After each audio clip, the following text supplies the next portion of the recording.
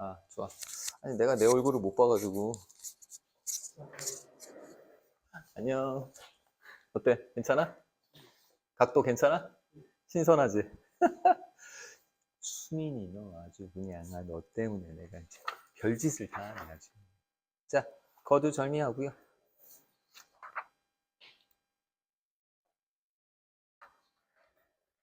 자, 오늘 일단 진도 나가도록 하겠습니다. 독서 몇 개 남았어? 마지막 11번째 하나 남았어. 주제 통합. 자, 오늘 어려운 얘기나 또 채권에 관한, 그치? 넌 보여 안 보여? 안 보이지? 안 보여. 야, 내가 딱 그렇게 잡아놨어. 오, 여기 딱 이렇게 보이지, 그렇지? 자, 그러면 들어가 보도록 합시다.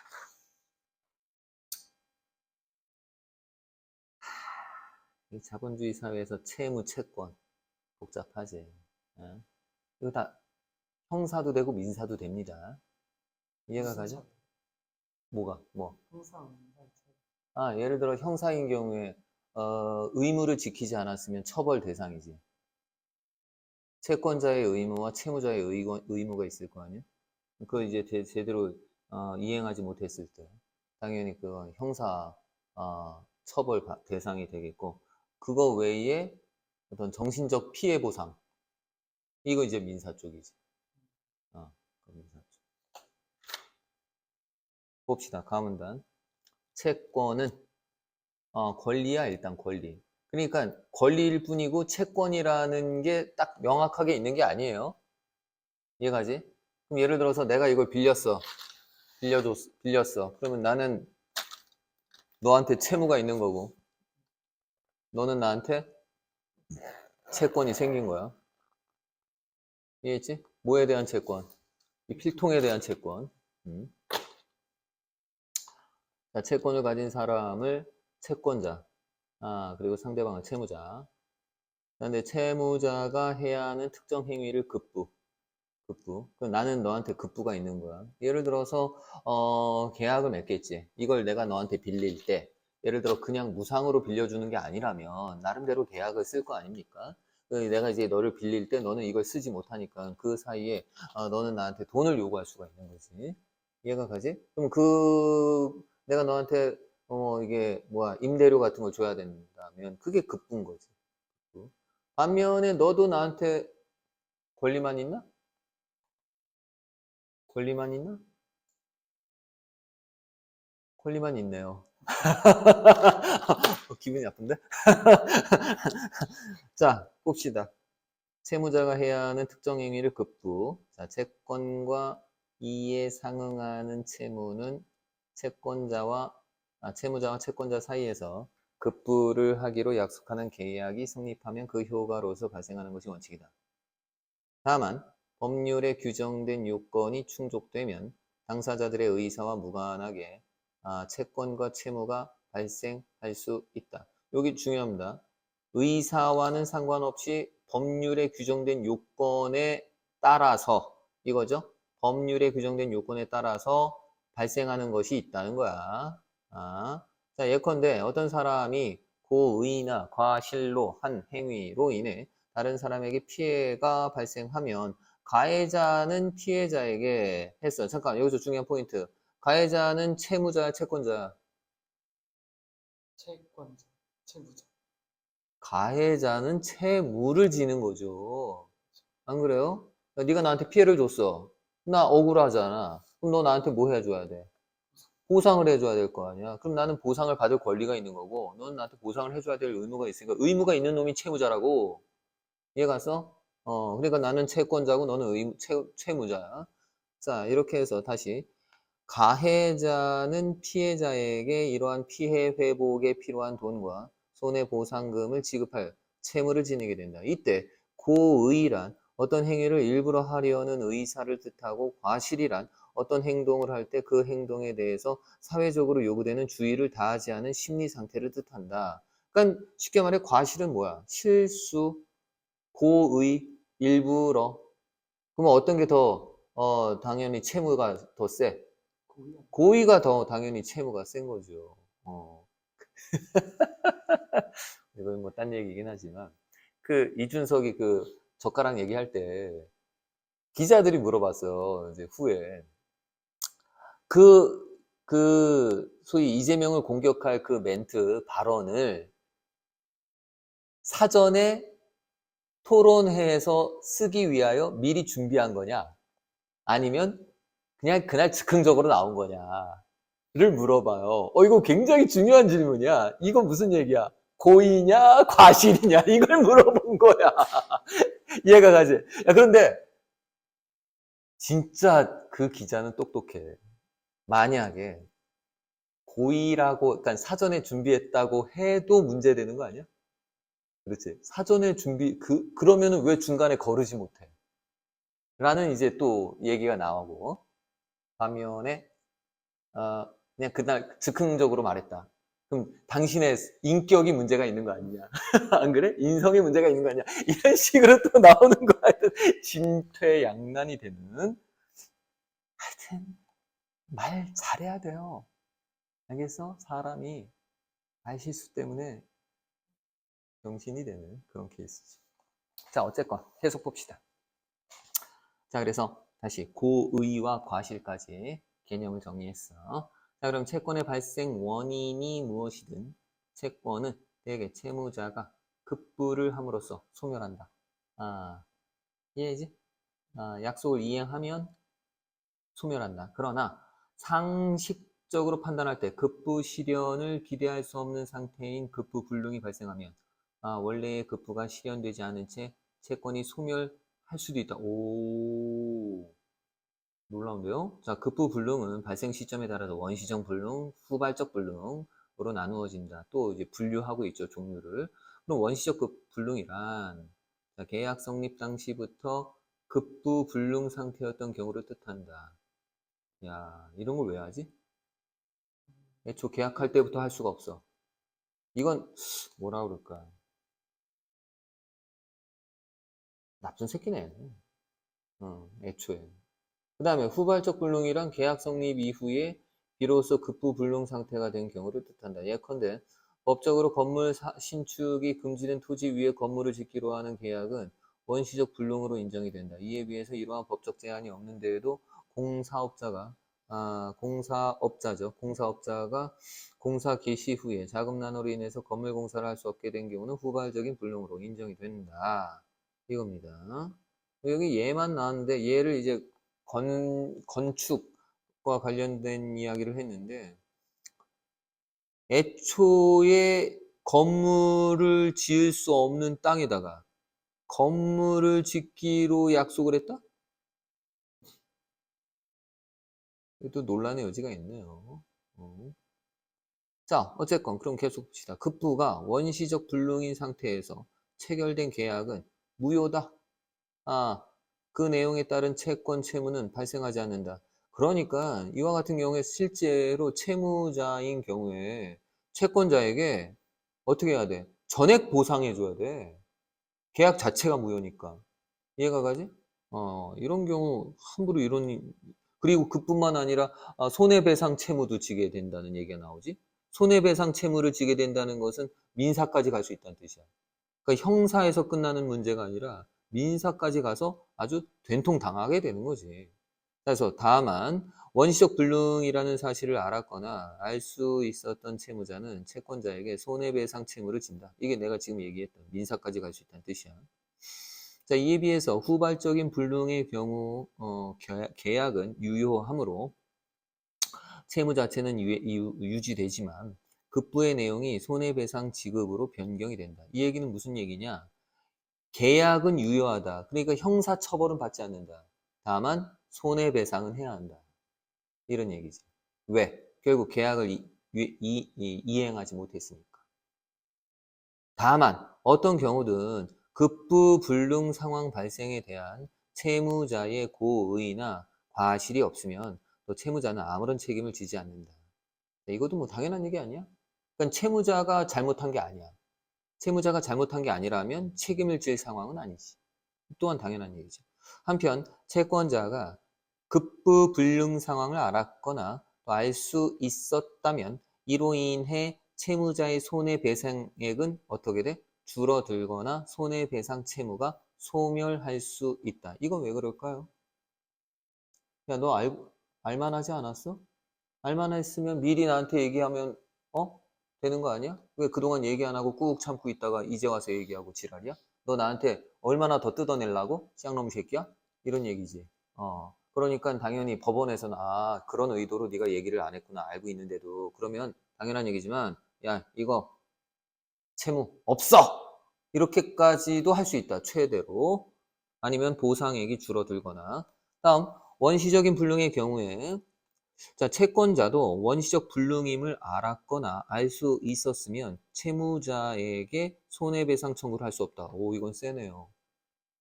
사실 이것도 당연한 얘기야. 예를 들어서 채권자도 이 땅에다가 건설할 수 없다는 사실을 이미 알고 있었어. 그런데도 추진했다? 그럼 지도 잘못이지. 당연한 거 아니야? 야, 너도 알고 있었잖아. 알고 있었는데 왜 그동안 얘기를 안 하고 있었어? 이러면 너는 당연한 얘기죠. 손해배상할 수 없어. 이렇게 되는 거죠. 자, 이에 비해서 후발적인 불능의 경우에는 채권자가 급부 불능의 가능성을 알았더라면 이로 인해서 채무자의 손해배상 책임이 없어지지 않는다. 그러니까 원시적인 불능을 이미 알았다면 손해배상 청구는 할 수 없지만 후발적 불능은 사실상 당연한 얘기지만 계약을 맺는 당시에는 채권자가 알아서 몰랐어. 전혀 몰랐을 거 아닙니까? 그러니까 이와 같은 후발적 불능 상태에서는 당연히 채무자의 손해배상 책임이 없어지지 않는다는 건 채권자가 채무자에게 손해배상을 할 수 있다라는 얘기죠. 다만 채권자가 급부 불능으로 인해서 손해를 방지하거나 또 줄일 수 있었는데도 그러니까 급부 불능으로 인한 손해를 방지하거나 줄일 수 있었는데도 그대로 방치했다면 법원이 이런 사정을 감안해서 채무자가 지급해야 할 손해배상금의 액수를 어떻게 해? 줄여 또 채무자의 손해배상 책임을 면제 한마디로 봐주는 거죠. 왜? 채권자가 조금만 노력하면 그 급부 불능을 뭐 할 수 있었어? 막을 수 있었어. 방지할 수 있었어. 근데 왜 안 했어? 싫어서요. 야, 안 통한다는 거지.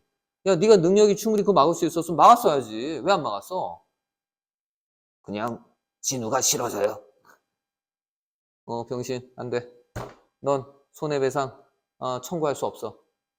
아니면 손해배상 확 줄여. 이렇게 되는 거지. 이해가 가지? 응. 오케이. 이건 내용이 상당히 쉽네요. 합리적이고. 왜? 합리적이잖아. 법이라는 게 이렇게 되게 합리적이잖아.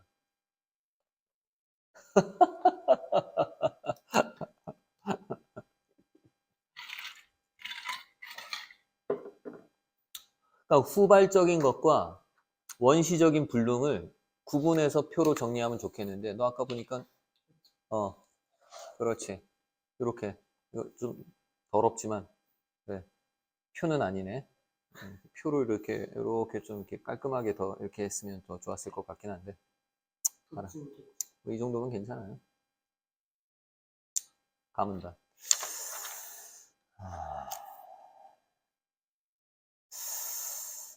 좋아. 면제. 아이씨. 어이입니다. 부끄러워라. 어이. 자, 다음에 남은다. 자, 이번에 민사입니다. 자, 민사 법률 관계에서는 개인의 자유가 최대한 보장되어야 한다. 민사가 어려워. 민사는 예민해. 그러니까 민사는 사실 다시 얘기하면 개인과 개인 간의 손해를 어떻게 계산하느냐의 문제인 거야. 그러니까 사실 민사는 개인과 개인 간의 갈등이거든. 그 갈등을 해결하는 방법은 간단해. 법으로 피해액을 정해주는 거야. 이해가 가? 법으로 채권 채무의 관계를 명확하게 나누고 채무자에게 피해액을, 그러니까 피해 보상액을 딱 정해주는 게 사실은 민사라고 생각하면 아주 간단합니다. 이해가 가지? 자, 그렇기 때문에 사실은 개인의 자유가 일단 최대한 보장되어야 하고요. 자, 이러한 이념은 민법의 기본 원리 중 하나인 과실책임주의. 과실책임주의란 비록 자신의 행위로 인해서 타인에게 피해가 발생하더라도 고의냐 또는 과실로 행위를 한 경우에만 책임을 진다는 것을 뜻한다. 잠깐만, 고의와 과실 외에 다른 거는 그러면 책임을 질 필요가 없다는 얘기잖아. 야, 다른 행위도 있어? 아, 근데 뒤에 나와 있어. 뭐가 있어? 예를 들어. 과실은 실수고, 고의는 일부러인데, 실수를 저지르거나 일부러 한 거 외에 다른 행위는 책임을 지지 않는다. 근데 이게 납득이 돼. 뒤에. 좋아. 자, 그럼 예컨대 급부불능으로 인해 채권자에게 손해가 발생해도 채무자에게 급부불능에 대한 고의나 과실이 없으면 채무자는 손해배상 책임을 부과하지 않는다. 과실책임주의는 개인의 자유로운 활동 가능성을 보장하는 기능도 수행한다. 사회적으로 요구되는 주의사항을 지키면서 행동하는 한 타인에게 손해를 입히더라도 책임을 지지 않기 때문이다. 그러나 그러니까 일단 여기서 이제 중요한 것은 민주주의 사회에서의 개인의 자유는 충분히 보장받아야 된다. 그래서 이 사람이 의도적으로 한 것도 아니고 실수로 한 것도 아니야. 그렇다면은 손해배상을 할 이유가 없어. 그럼 법적 형사는 그러면 책임질 수 있나? 형사는 아니지. 형사도 아니야? 자, 일단 계속 봅시다. 자, 그러나 고의나 과실 없이 한 행동의 결과에 대해서도 책임이 발생할 수는 있는데 이러한 책임을 무과실 책임이다. 자, 무과실 책임은 예외적으로 인정되며 법률상의 근거가 필요한데 일상생활에서 자주 문제되는 것이 담보 책임이다. 담보 책임이 무과실 책임 중 하나인 거야.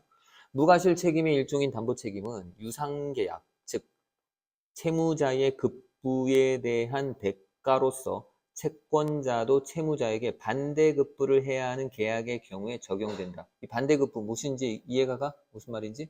한 번 더 한다는 거. 한 번 더. 상대가. 무슨 말이야? 근데 이게 약간 이해가 안 되긴 하는데. 어, 아파트를 빌려줬는데. 어, 좋아. 아파트를 빌려줬으면은 어, 빌려준 사람이 채권자고 빌려준 사람이 채권자고. 그리고 받은 사람이 채무자. 당연하지. 채무자는 음, 돈을 내잖아요. 채무자는 그러니까 월세 돈을. 같은 거. 어허. 월세를 내니까 이번에 반대 상황이다. 반대. 월세를 내니까 반대 상황이다. 그냥 간단하게 얘기하면 기브 앤 테이크를 얘기하는 거야. 기브 앤 테이크. 내가 너한테 돈을 줬어. 그럼 넌 나한테 뭘 줘야 돼? 물건을 줘야 되는 거야. 그런데 여기서 중요한 건 그때 제대로 된 물건을 줘야 되는 거 아니겠어? 그렇지. 만약에 내가 돈을 줬는데 네가 제대로 된 물건을 주지 않았다면 너는 반대급부를 실행하지 않은 거야. 이해가 가지? 나는 너한테 돈을 줬잖아. 돈을 주는 행위는 당연히 그 물건에 대한 의무가 있는 거잖아. 돈을 줘야 되는 의무가 있는 거잖아. 이게 이제 뭐야? 급부인 거야. 간단하지? 그럼 너는 나한테 반대급부로 제대로 된 걸 줘야 되는 거야. 만약 제대로 된 걸 주지 않았다면 내가 뭐야? 야, 이거 고쳐줘. 내지는 제대로 된 걸 줘. 라고 다시 요구할 수 있는 권리가 있는 거지. 이게 이제 반대급부인 거야. 그러면 예를 들어 지금 건물로 얘기했잖아. 그래. 네가 지금 이제 뭐 전세든 월세든 월세로 들어온, 하여튼 전세로 들어왔다고 쳐보자. 그러면 이제 내가 돈을 줄 거 아니야? 집주인에게. 돈을 주었다는 얘기는, 소위 말해서, 채권 채무가 이제 성립이 된 거 아니야? 소위 말해서 이제, 어, 너는 이 집을 이용할 수 있는 권리를 얻은 거고, 그 사람은 너에게 이 집을 빌려주고, 그리고 이 집을 관리할 의무가 있는 거야. 그래서 만약에 네가 이제 살다가 심각하게 어디가 고장 났어. 창문이 고장 났다고 쳐보자. 그럼 창문을 수리해야 되는 상황이야. 내 집이 아니잖아. 내 집이 아닌데 저 창문 수리비가 꽤 나왔어. 그럼 저거 누가 내야 돼? 그런 문제가 생기는 거야. 그러면 이거 누가 집주인이 고쳐야 되는 거야. 반대급부인 거지. 반대급부. 집을 빌려준 대가로 반대급부가 생기는 거야. 난 너한테 돈 줬잖아. 전세금을 줬잖아. 근데 넌 전세금 받고 뭐 할 거야? 그냥 돈만 받고 그냥 입 싹 닫고 가만히 있는 거야? 이 쌍놈 새끼야? 집이 고장났으면 집을 네가 고쳐야 되는 거야. 이해했어? 이런 게 이제 반대급부다. 라는 거죠. 그래서 이게 일반적인 소위 말해 담보 책임이라고 하는 거예요. 일반적인 유상계약, 유상계약이라는 건 돈을 서로 주고받는 그런 계약관계. 여기에서 소위 말해 반대급부가 생긴다. 이렇게 보면 되겠는데 일단 다시 한번 들어가 보도록 합시다. 자, 담보 책임은 유상계약, 즉 채무자의 급부에 대한 대가로서 채무자의 급부의 대가로서 채권자도 채무자에게 반대급부를 해야 하는 계약의 경우에 적용된다. 예컨대 주택분양계약에서 분양자를 채무자라고 본다면 분양자가 채무자야. 그럼 급부의 내용은 주택의 공급이고 반대급부의 내용은 대금의 지급이다. 이해가 가지? 주택을 주는 게 의무고 돈을 받는 게 반대급부인 거야. 자, 이때 분양자가 공급한 주택에 누수 등과 같은 내가 했던 말 그대로 나오잖아. 그렇지. 하자가 생겼어. 하자가 생기면은 분양계약서에 명시된 분양 면적이 뭐 예를 들어 100제곱미터인데 실제로는 80제곱미터만 공급되는 경우와 같은 수량 부족이 발생을 하면 그러면 분양자는 담보 책임을 져야 한다. 당연한 얘기죠. 그러니까 집이 고장났어? 그럼 고쳐야 돼. 집주인이. 이해했지? 그리고 실제로 이렇게 분양 면적은 이건 사기 아니야? 100제곱미터인데 80제곱미터밖에 안 줬어. 이거 완전 사기잖아, 이거. 와, 심각한 사기인데요? 그럼 당연히 담보 책임을 져야 된다. 결과적으로 정리를 해보자면 담보 책임은 유상계약에 있어서 반대급부를 이행하지 못했을 때에 져야 되는 책임이다. 근데 이게 이제 무과실 책임이다. 고의나 과실이 없이 한 행동이다. 일부러 그런 것도 아니고 실수도 아니다. 고장난 건 그렇다 쳐. 하자가 발생한 건 그렇잖아. 집이 하자가 생긴 건 집주인 책임도 아니잖아, 솔직히. 집주인이 일부러 하자를 일으킨 것도 아니고 그리고 집주인의 실수도 아니야. 그러니까 이건 당연한 얘기지만 무과실 책임이라고 볼 수가 있겠는데 100제곱미터인데 80제곱미터만 공급한 이건 냄새 나는데? 실수. 아까도 얘기했지만 이거 사기니 실수 그래 실수 그러니까 과실 내 말이 일부러가 아니면 과실 아니야? 이게 어떻게 무과실이야?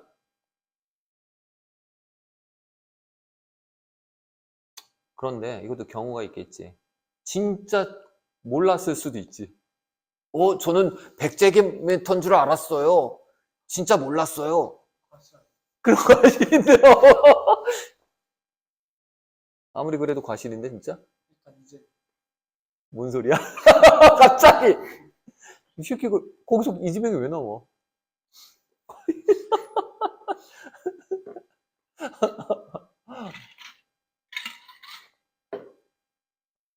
이건 약간 이해가 안 간다. 이게 어떻게 무과실 책임이지? 약간 중간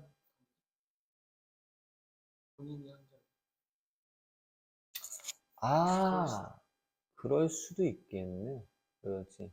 왜냐하면 이 주택을 공급하는 건 이게 사실 예를 들어서 건설사가 있고 시공사가 있고 또 판매를 담당하는 또 사람도 있고 뭐 이게 다 나누어져 있다 보니까 이거 내가 한 거 아니에요. 전 전혀 몰랐어요. 이럴 수도 있는 거니까. 이해가 가지? 그럼 당사자의 책임이나 실수가 아닌 거지. 그렇게 이해해야 되겠네. 오케이, 오케이. 자, 그 다음에 이제 다음 문단. 담보 책임은 유상계약의 등가성의 원칙, 즉 급부와 반대급부는 대등한 가치를 가져야 된다는 원칙에 바탕을 둔다.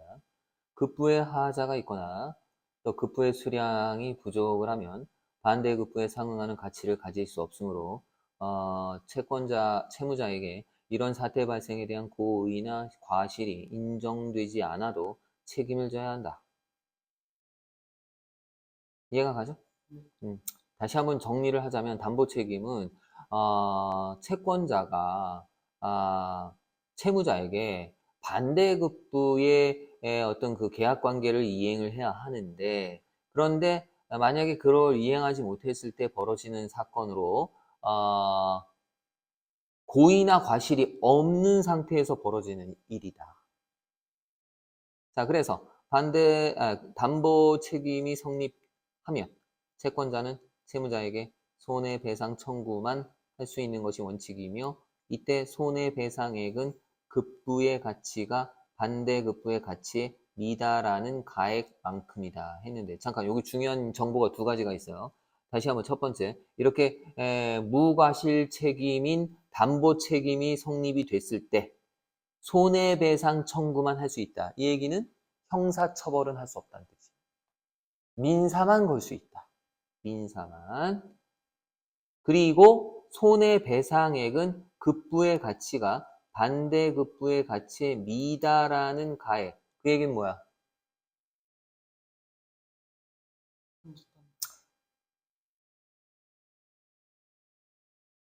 급부의 가치가 반대급부의 가치에 미달한다. 그보다 못한 금액으로만 정할 수 있다. 자, 일단 그 다음 내용 보자. 채권자가 계약을 파기하고 전액을 환불하라고 요구하려면 급부의 품질 하자나 수량 부족의 정도가 심각하여 채권자가 계약의 목적을 달성할 수 없을 정도임이 증명되어야 한다라는 거야. 그럼 만약에 이제 너무 열받아서 저기 망가졌잖아요. 저기 하자가 있잖아요. 저 이 집 안 살래요. 환불해 주세요. 내 계약금부터 해가지고 내 집 분양금 다 환불해 주세요. 그러면은 만약에 정말 심각한 정도의 이 상황을 뭐라 그럴까요? 다시 회복시킬 수 없을 정도의 상황이 아니라면 그리고 그 회복시킬 수 없는 상황임을 증명해야만이 환불받을 수 있다는 뜻이에요. 증명하지 못하면 그보다 아래. 아이, 왜 그러세요? 진정하시고. 이해가? 진정하시고. 전액 환불은 법적으로 어려워요. 이게 민사에도 나오지만, 네? 제가 충분히 다 고쳐드릴 수 있어요. 충분히 다 고쳐드릴 테니까 진정하시고, 네. 네. 아셨죠? 네. 그리고 소소하지만 그냥 피해 보상액을 좀 드릴 텐데, 별로 퉁 칩시다. 응? 이렇게 되는 거지. 그러면 뭔 개소리야, 재판 가. 뭐 재판 가봤자 소용이 없다. 재판 가도 결국은 금액이 적다. 다만 이제 다시 한번 얘기하지만 심각하게 여기도 나와있지만 품질 하자와 수량 부족이 심각할 정도로 그 계약의 목적을 달성할 수 없을 정도다. 이러면 환불 받을 수 있는데 그런 경우 있나? 있을 수는 있죠. 있을 수는 있죠. 야, 그런 계약을 해? 좀 심각하다. 그 정도 되면은 야 사실 무과실 책임이 아니라 사기 아니야 사기? 다시 한번 얘기하지만 야, 자 계속 봅시다. 예컨대 100제곱미터짜리 주택 분양 계약이 체결되었으나 실제로 분양된 주택의 면적이 아까 얘기했던 그 80제곱미터인 경우에 판매자는 대금의 20%를 환불할 의무를 지니는 것이 원칙이고 100제곱미터보다 작은 면적의 주택을 보유하는 것이 구매자에게는 무의미하다고 볼 수 있는 특별한 사정이 있는 경우에만 구매자는 분양계약을 파기하고 지급한 대급 전액을 환불받을 수 있다. 그러니까 100제곱미터보다 못한 면적의 주택을 보유하는 것이 무의미하다는 것을 뭐 해야 돼요? 증명해야 돼요. 그래야 전액 환불받을 수 있다. 뭐 예를 들면 어떤 경우일까? 내가 부양해야 되는 가족이 10명이야. 그 원래 뭐 그 한 5명이라고 치자. 방 4개짜리 집을 원했다. 근데 방이 3개야. 이러면 안 된다는 거지. 가족들을 다 집어넣을 수 없다. 뭐 이러면 금방 입증이 되는 거죠. 뭐 이런 것들이 있다면 전액 환불이 될 수 있다. 그런데 뭐 예를 들어 가족이 3명인데 충분히 살 수 있지 않냐, 한 방씩. 그러면은 문제가 되지 않는다. 뭐 이런 얘기가 되겠죠. 자, 마지막입니다. 담보 책임은 급부와 반대급부 간의 가치의 균형을 맞추기 위해 필요한 만큼만 인정된다. 그러니까 아까도 얘기했지만 사실은 이게 이제 서로 그 앞에서도 잠깐 얘기 나왔지만 이게 아까 무슨 주의라고 그랬는데? 잠깐만. 갑자기 앞인가 뒤인가?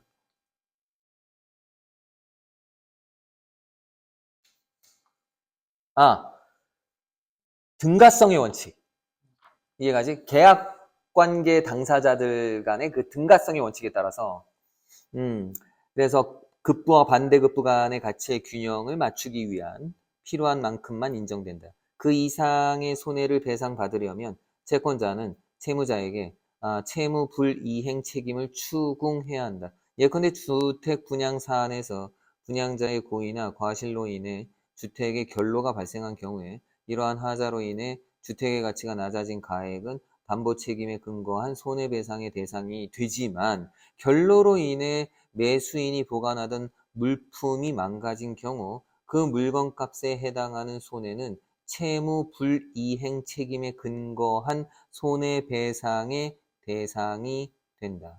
그러면 채무 불이행 책임에 근거한 손해배상이 그럼 얼마를 줘야 되는 거야? 이것도 등가.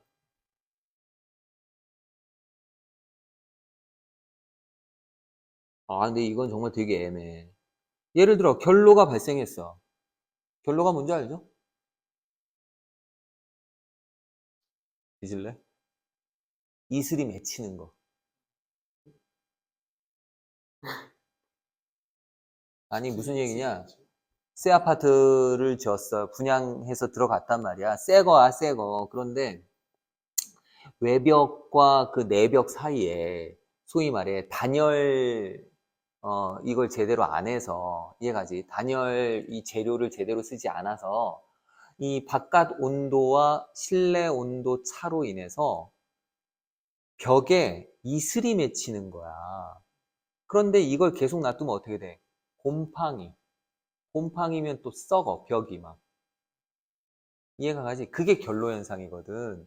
실제로 많이 일어나요. 제대로 안 했을 때. 그러니까 이런 결로가 발생했을 때 당연히 그 담보 책임에 의해서 손해배상의 대상은 될 수 있다. 야, 이게 담보 책임이야? 이거 과실 아니야? 왜 자꾸 의심이 되지? 이게 어떻게 무과실이지?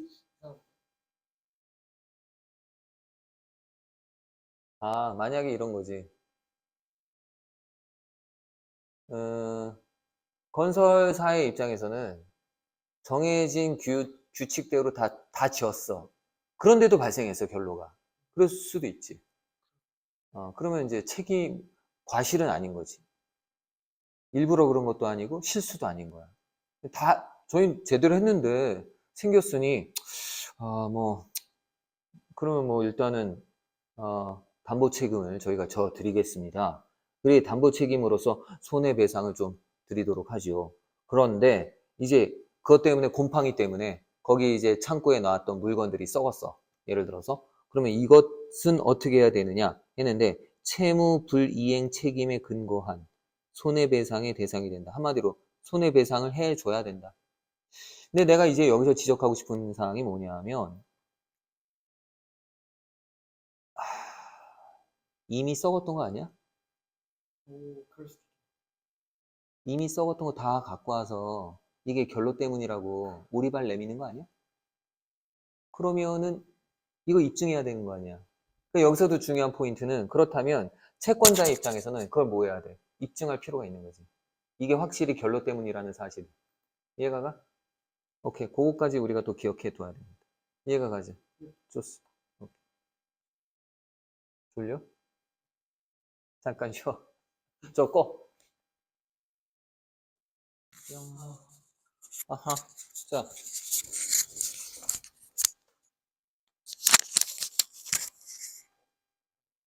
봅시다. 문제. 들어가 보죠. 1번. 이미 풀었네? 너 이거 어디 있어? 내 교재. 됐어. 아. 다시 할게. 너 이거 푼 지 오래됐어? 아니면은 최근에 풀었어? 음, 오늘? 뭐, 그러면 뭐. 다 기억날 텐데, 뭐. 봅시다. 가와나에 대한 이해로 가장 적절한 거. 왜? 이거 찍히는 거야. 왜? 갑자기 어. 문득 들었어. 지금 찍는 중이야. 아, 제 대가리가 찍힐 것 같은 느낌이 살짝 들겠네. 그냥 무시할게. 그럼 너 해봐. 너 내면 내가 봐볼게. 해봐. 지금 안 보여. 전혀. 진짜 전혀 안 보여. 약간 이재명에 대한 믿음이 있어.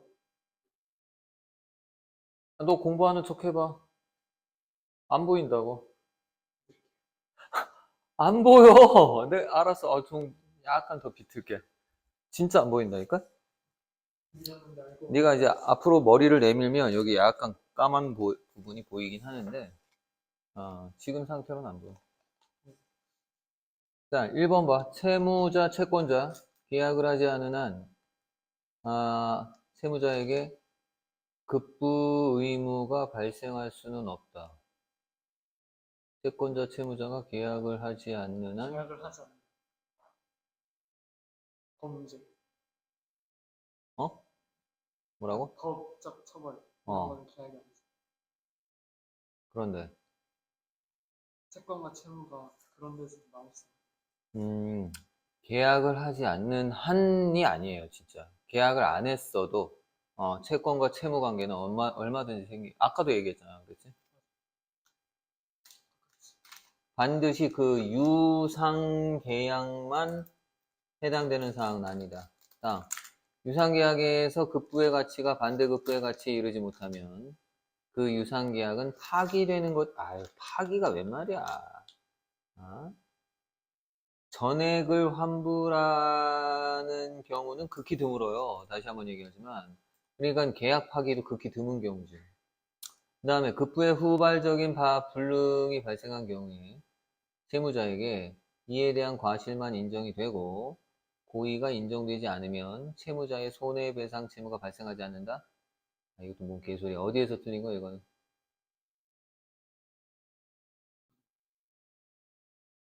과실만 인정되고 고의가 인정되지 않으면 이게 말이 안 되지. 그런 과실이든 고의든 둘 다. 둘 다 상관이 없어요. 그 다음에 네 번째.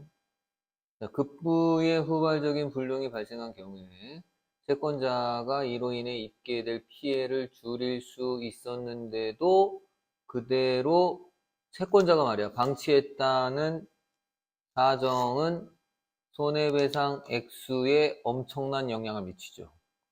손해배상액이 확 줄여요. 줄어요. 미친 줄죠. 줄죠. 이씨. 순간적으로 한번 네. 정정. 미친 줄죠. 네. 다음. 채권자가 반대급부를 할 필요가 없는 계약. 뭐 이런 계약도 있을 수 있죠. 채무자의 후발적인 불능으로 채권자에게 손해가 발생했더라도 채무자에게 고의나 과실이 없으면 채무자는 손해배상 책임을 부담하지 않는다.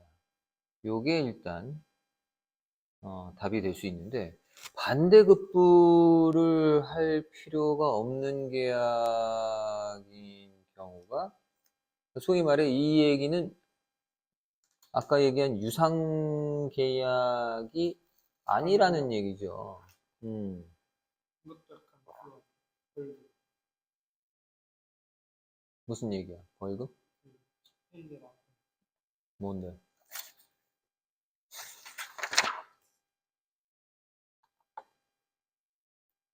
건물 신축이 음, 인지된 음. 토지의 건물. 근데 이것도 그거. 이거 원시적 불능 상태잖아. 근데 얘도 그거 아니야?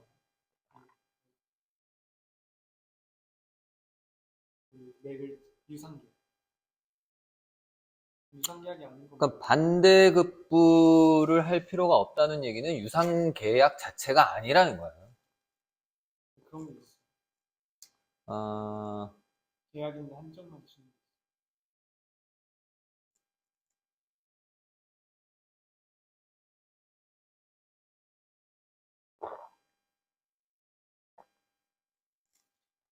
잠깐만.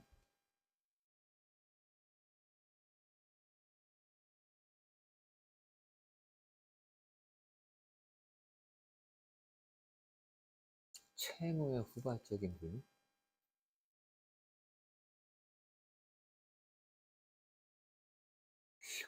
반대급부를 할 필요가 없는 계약이다. 선생님이 지금 대략 머릿속으로 떠오르는 게 있긴 한데,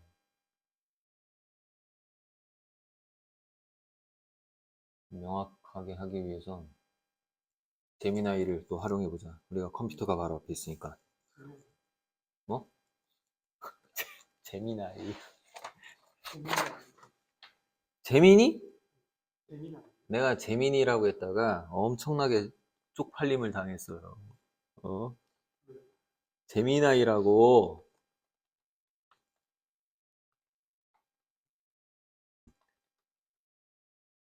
UI 똑같은.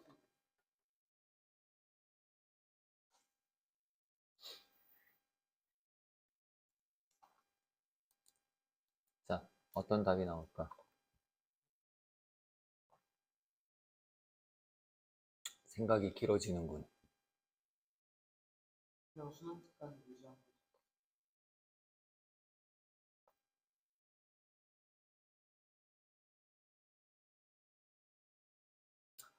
채권자가 반대급부를 할 필요가 없는 계약을 편무계약이라고 적어놔. 편무계약. 편무. 한쪽은 없다. 이런 뜻이야.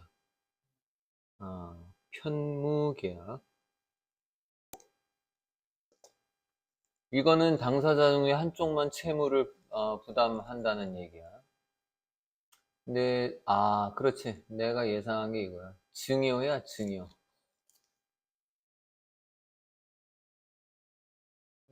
증여. 기부 같은 거 있잖아. 증여.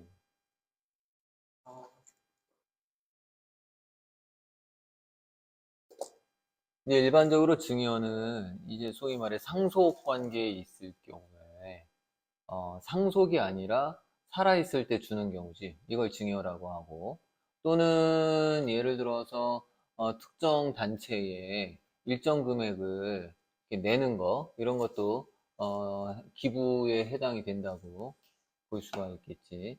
그러고 뭐 대체로 이제 무상으로 주는 경우가 대부분 다 여기에 해당이 된다고 봐야 돼. 그러면 다시 한번 정리를 해보면,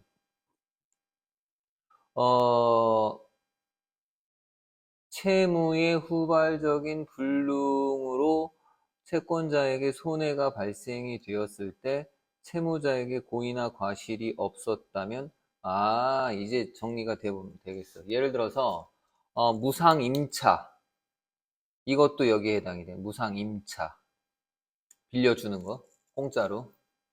그러니까 누군가가 나한테 이 건물을 공짜로 빌려줬어. 그런데 내가 후발적 불능으로 인해서 예를 들어 여기 어디 망가뜨렸어. 망가뜨렸단 말이야. 그러면은 망가뜨렸을 때 내가 어, 고의나 과실이 없다고 쳐보자. 한마디로 과실 책임이 없을 경우에, 이럴 경우에는 내가 어차피 공짜로 주신 거잖아요. 제가 왜 책임져요? 이렇게 되는 거지. 배상의 책임이 없다. 맞네요. 그 빌려준 놈만 약간 손해를 보는 뭐 이런 경우가 되겠지. 그리고 예를 들어서 자식 새끼한테 아빠 너 사업 좀 하게 빨리 상속 미리미리 좀 땡겨서 좀 증여를 해주세요. 안쓰러워서 줬어. 그래 알았다 쌍놈아. 젊은 새끼가 취직도 못하고 빌빌 싸니 이 애비가 안타까워서 자 사업해라 하고 돈을 줬어. 말아먹었어. 내놔라 할 수 있어 없어? 내놔라 할 수 없는 거지. 제가 일부러 망했나요? 누군 망하고 싶어서 망했나요? 뭐 이러고. 아휴, 짱놈아. 아휴, 그래. 이 애비가 잘못했다. 다 내 탓이다. 이렇게 되는 거지. 슬픈. 네네네. 이걸 일종의 편무 계약이다. 다음, 2번. 기업과 니은으로의 설명으로 적절하지 않은 것. 결국 나올 게 나왔죠? 원시적 불능, 또 후발적 불능. 너무 답이, 어때? 1번이 답이지? 1번 보자. 원시적으로 인해서 그 손해배상 책임은 채무자에게 고의나 과실이 없어도 인정될 수 있다 했는데, 원시적인 경우라면은 만약에 고의나 과실이 없을 경우에 당연히 채무자는 있어 없어. 이런 경우에는 당연한 얘기지만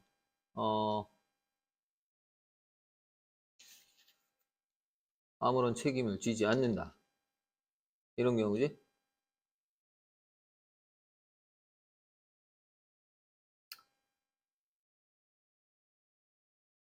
왜냐하면 계약 자체가 무효이기 때문에.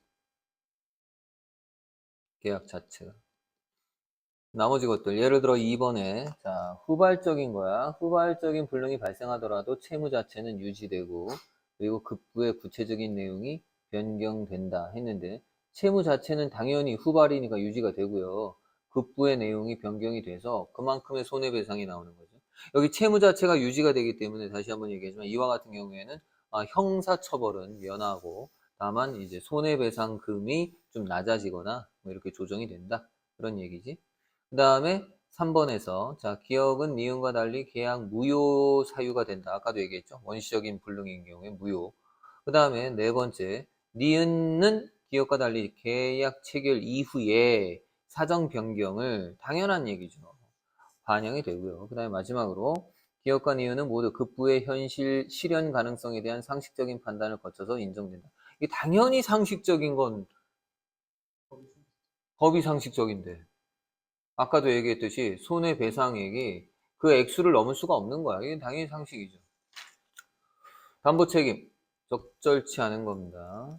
틀렸네요? 아이 못나니 이거 못나니 몇 번 했어?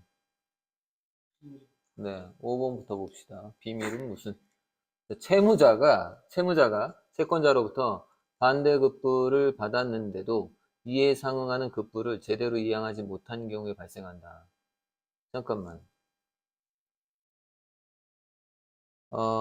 일단은요, 채무자는 일단 그 서로 급부가 있는 거지. 한쪽이 급부, 한쪽은 반대급부인데, 근데 이제 반대급부를 받았는데 이에 상응하는 급부를 제대로 이행하지 못했어.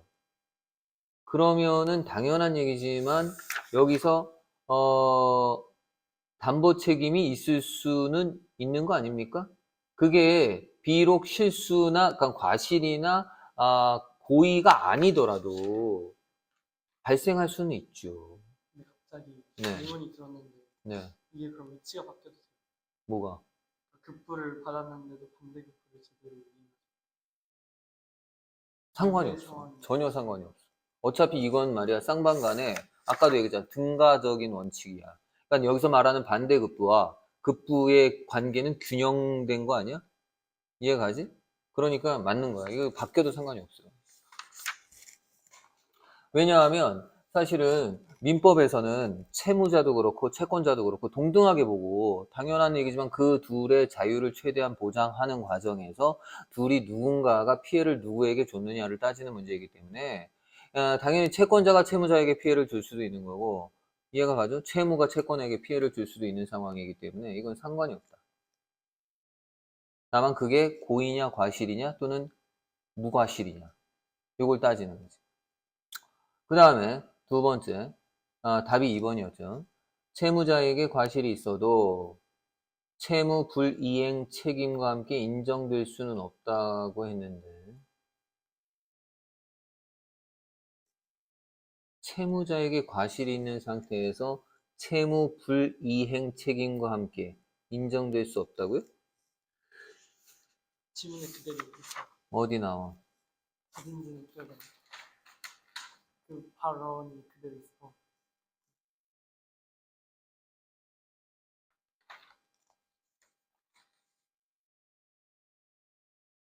수학이 있어. 그러게 말이야.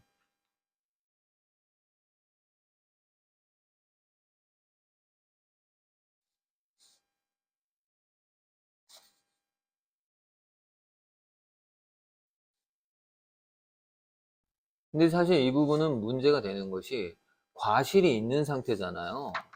과실이 있는 상태라면 무조건 책임이 있죠. 지금은 우리가 담보 책임이라는 말 자체는 무과실 책임일 때를 얘기하는 거고, 만약에 과실이 있는 상태라면 채무 불이행의 책임이 당연히 있는 거고, 그리고 이게 왜 인정이 될 수 없어? 당연히 인정될 수 있지. 뭐가 인정돼? 담보 책임도 인정될 수 있는 거예요. 그러니까 이건 이제 그 계약 관계에 있어서 따져봐야 되는 문제지. 과연 이게 아까도 얘기했어. 과실이 있냐? 또는 과실이 없냐? 아니면은 고의냐? 만약에 고의가 있었다면은 뭐 당연한 얘기지만 과실에 보다 더 엄하게 처벌이 되는 거고, 과실로 인정이 된다면 그만큼의 또 책임을 지는 거지. 당연한 거지. 그러니까 다시 한번 얘기하자면 과실이 있어도 채무 불이행 책임과 함께 인정될 수 있는 상황이고, 이 두 가지가 채무 불이행 책임과 더불어서 과연 과실이 있는 거냐 또는 무과실이냐를 따져볼 만한 상황이 되는 것이기 때문에 인정될 수 없다고 말하는 건 잘못된 거예요. 됐죠? 어렵네. 그 민사가 그래서 되게 좀 복잡하고 좀 짜증나. 그래서 길어. 그 판결이 나기까지 과정이 굉장히 길지. 그 다음에 네 번째, 가의 이유로 가장 적절한 건 뭐냐? 가가 뭐였냐 하면 급부불능 상황 발생에 대한 채무자의 고의나 과실이 없으면 했어. 채무자의 고의나 과실이 없으면 채무자는 아무런 책임을 지지 않는다 했는데, 이유는 뭐냐? 결국은 아까 얘기했던 남은단에서 민사에서는 개인의 자유를 보장하기 때문이지. 이해가지? 오케이. 그래, 야. 대한민국 법치국가고 민주주의 국가야. 공산화가 웬 말이야. 다시 한번 얘기하지만. 벌써부터 불안해. 큰일 났다. 2년만 지켜보면 나 그래. 무슨 일이야. 아니, 너 그러면 예를 들어 문재인 때도 불안했어? 그냥 왜? 그때도 뭐 공산화 된다, 빨갱이다, 뭐 이딴 얘기 막 줄줄이 나왔는데? 그땐 제가 안목이 부족했다고. 그땐 잘 몰랐다? 그때 되게 중국 세력이 만나지. 야, 지금 너의 안목도 이상해. 쌤은 그거 안 믿으시고 뭘? 중국? 그 헌법재판 소장 중에 중국인 미친 거 아니야? 그럼 그걸 믿어? 넌 믿는 거야? 약간 음모론이긴 하죠. 합리적인 근거가 있으면 내가 믿겠는데, 밑도 끝도 없이 근거가 없는데 그거 어떻게 믿어? 말도 안 되는 개소리지. 그건 그냥 간단하게 그냥 협중을 이용해서, 응? 결국 기득권이 더 득세하려는 그런 의도가 너무 다분해. 굉장히 많아. 그런 거에 현혹될 필요는 없어. 그 뭐 실제로 게다가 잘 들어봐. 중국에 이롭게 우리가 뭐 결정을 내린다고? 넌 그게 말이 된다고 생각하니? 자꾸 얘기하지만, 야, 중국보다 우리가 잘 살아. 내가 다시 한번 얘기하지만, 북한보다 우리가 잘 살고, 아니, 이해가 안 가. 어? 왜 우리가 중국을 추종해? 중국도 공산주의야. 지금이야 좀 이제, 경제를 개방해서, 잘 살고 있지만, 우리보다 못 살아. 그래도. 거기는, 네, 괜히 이상한 생각을 할 필요가 없어요. 자, 헛소리 그만하시고. 그 다음, 5번. 가와 나를 바탕으로 보기를 이해한 내용으로 가장 적절한 것. 자, 일단, 보기를 읽어보자. 큐! A와 B는 X 건물 매매 계약을 체결했다. 계약 내용에 따르면 A는 B에게 X 건물의 소유권을 넘겨주는 데 필요한 모든 조치를 하고 B는 그 대가로 미터 제곱당 오, 100만 원으로 산정한 대금을 지급하기로 했다. A와 B 사이에 작성된 계약서에는 X 건물의 면적은 100m 제곱, 매매 대금은 1억 원으로 기재되어 있었다. 네, 좋습니다. 100제곱미터의 매매 대금은 1억이다. 뭔지 모르겠지만. 그러면, 적절한 거 뭐냐? 또 틀렸네요. 아, 이 그지갱갱이. 일단, 3번부터 봅시다. A와 B가, 자, 이 건물 매매 계약을 한 후에 이 건물이 A의 과실로 화재가 발생했어요. 완전 소멸. 야, 이런 재소멸. 그러면 B가 이 건물에 화재가 발생할 가능성을 당연히 누가 예상했겠어? 전혀 알 수 없었더라도, 이 얘기는 무슨 얘기야? 무과실이란 얘기지. 무과실. 법원은 손해배상액을 줄일 수 있다 했는데, 어,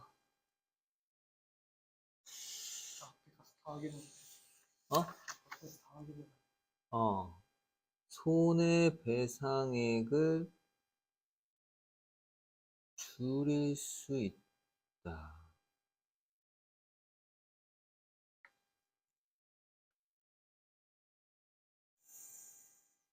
아, 매력적인 답이네요. 화재로 인한 전소? 결국 그거잖아. 완전히 소멸했다는 건 전소되었다. 다 불탔다. 그런데 잠깐만. 그 중요한 포인트가 이게 나오잖아. 3번에서 A의 과실로 인해 발생한 화재야. A의 과실로 인한. 그럼 잠깐만. A는 B에게 건물의 소유권을 넘겨줬다. 소유권을. 그러면 채권이 누구에게 가 있는 거야? B에게 가 있는 거야. B가 채권자야. 그래서 얘가 돈을 몇 억을 줬어? 1억을 줬단 말이야. 이해했지? 1억을 주고 한마디로 A에게서 산 거 아니야. 그런데 A가 불을 냈네? B는 전혀 알지 못했네? 그런데 그럼 손해배상액은 누가 받아야 되는 거야? B가 받아야 되는 거야. B가 뭔 잘못을 했다고 손해배상액을 줄여?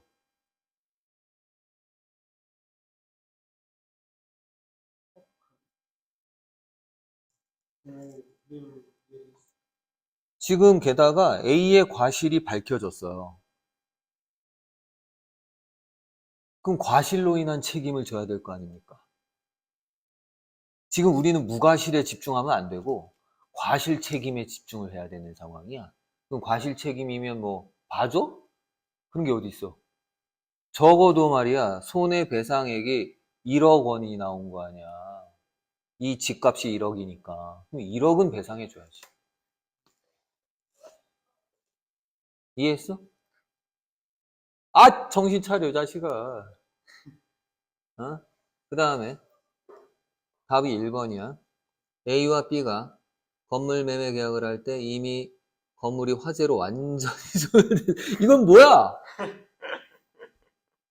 아니 이미 화재가 났는데 왜 계약을 하지? 이것도 이해가 안 가네. 자 근데 아무튼 이런 사실을 알고 있었고 B는 몰랐다. 그러면 A 이 새끼 나쁜 새끼네. 그런데 A는 B에게 손해배상을 해줄 의무가 없다. 왜죠? B가 몰랐으면 B가 몰랐으면 알 수 있었는데 모르면 몰랐으나 알 수 있었다. 근데 이게 진짜 충분히 알 수 있는 상황이었다. 말이 안 돼. 어, 그렇죠, 쌤. 이거는 솔직히 틀릴만 하죠. 야, 이게 상식적으로는 이게 체크를 못해. 알았거나 알 수 있었다면 손해배상 채무가 소멸할 수 있다. 그냥 아무 생각 없이 넘길만 하지 않아. 게다가 1번이요. 막 4번에 있으면 의심하겠는데 1번이라서 대충 어쨌거나 중요한 건 손해배상의 책임을 소멸할 수 있다니까 의무는 없다는 뜻이지. 그러면 이거 막 남용하면 돼. 그냥 여기저기 태운다. 그러니까 사실 말이야, 잘 들어봐.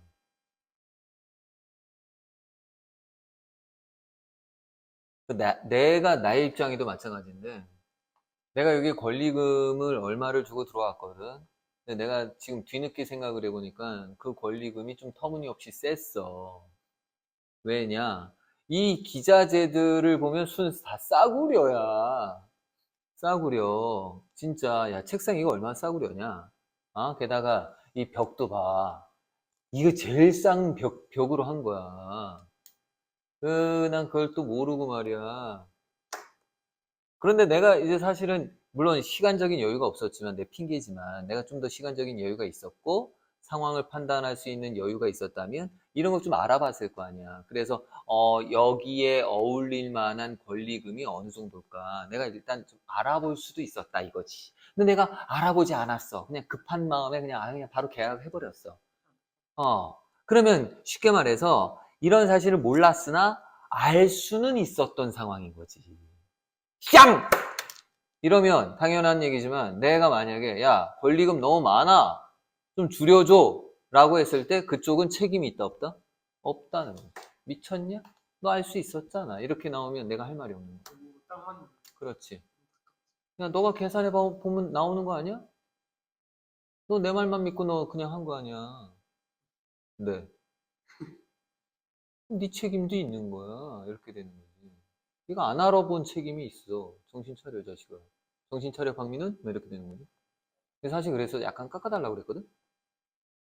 그랬더니, 야, 깎아주는 척 하면서 에어컨 2대를 떼가더라고. 야, 진짜 치사하더라. 에어컨 2대를 떼가더라고. 그러니까 결론적으로 에어컨 2대 값을 빼니까, 나로서는 깎아준 게 아닌 거야. 이해가 가니? 에어컨 2대 값 가져간 만큼만 빠진 것 뿐이 되는 거지. 야, 그 새끼 하여튼 계산적이었어. 그러니까 그만큼 계약 관계라는 건, 이게 유상 계약이라는 건, 야, 내가 그 사람을 평소에 알고 있었어? 전혀 모르고 있던 사람이라, 그냥 계약하기 위해 만난 사람일 뿐인 거지. 그러니, 그 사람이 나에게 조금이라도 이만큼 자기 이익을 챙기려고 마음 먹어서, 이렇게 나한테 덤탱이를 씌우는 경우도 얼마든지 있을 수 있는 거야. 사람 다 믿으면 안 돼요. 그러니까 계약하기 전에 꼼꼼히 다 알아봐야 되는 상황이 생기는 거지. 이해가 가요? 나는 그때 너무 급해서 꼼꼼히 알아볼 새도 없었어. 네, 뭐 핑계이긴 하지만. 그러니까 내가 권리금을 줘버린 것에 대해서 내가 손해배상을 청구할 수 없는 상황이 되어버리는 안타까운 상황인 거지. 갑자기 욱하네요. 됐어요? 자, 마지막 6번은 넘어갑시다. 2번이 답이. 오케이. 자, 이렇게 해서 드디어 우리가 비문학 끝냈다. 수민아, 비문학 끝. 자, 당구나 열심히 해오셔야 됩니다. 자, 그 다음에 우리 문학으로 들어가 봅시다. 문학.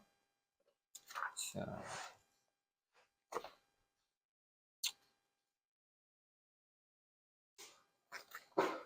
일단 거기 그 푸른 국어 43쪽에 보시면 네.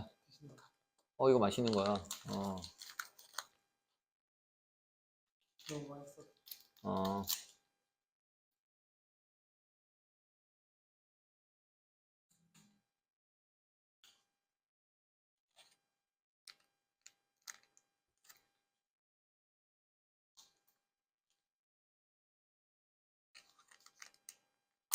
이게 망고지?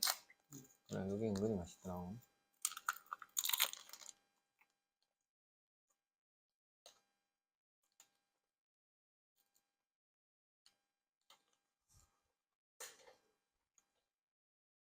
자, 용부가. 푸른 거 43쪽.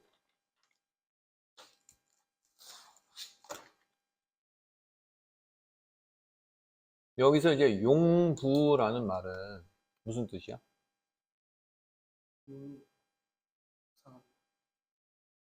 뒤질래? 용부가 쉽게 말해 어리석게 나대는 부인. 그러니까 용이 원래 용기할 때 용자거든. 용기를 가져 이런 얘기 있잖아. 너 이렇게 소심하니? 어? 위축되지 말고 용기를 가져 할 때 용기라는 게 이게 나오는 거야. 그때는 긍정적인 의미지. 그런데 여자는 어때야 돼? 우리 조선시대 여성의 어떤 이미지는 소극적이고 집안에 처박혀 있고 가부장의 명령에 따라야 되고 늘 언제나 가르침을 받는 대상이고 이해가 가지? 집안의 살림을 그냥 알뜰하게 잘 도맡아 하고 애나 잘 키우고 뭐 이런 여자들이 이미지잖아. 그런데 나대는 여자. 이해가 가? 당시로서는 용납할 수 없는 여자지. 관종이지. 쉽게 말해 관종. 관종 많잖아. 아까도 그 토론방에서 그런 애들. 나 나대는 거 보면 참 그 재밌어 하는 것도 뭐 신기해. 근데 이제 하다 보면 여기도 마찬가지지만 기가 막힌 일들이 많죠. 근데 한번 나대기 시작하잖아? 이제 나대는 게 두렵지가 않아요. 그런 애들이 모여서 사실은 저번에 그 서부지법 법원 막 다 깨부신 거. 그 일반 애들이 할 수 있는 일이니? 너 쉽게 못해 진짜. 농담이 아니라. 그런데 그 새끼들은 가서 막 다 깨부시고 불 지르려고 하고 막 문짝 뜯어떼고 막 유리창 다 깨부시고 막 이런 것들이 가능한 이유는 걔네들끼리 모여서 나대다 보니 서로가 용기가 나는 거야. 힘이 생기는 거야. 진짜 농담이 아니라. 무서워요. 그래서 이 나대다 보면.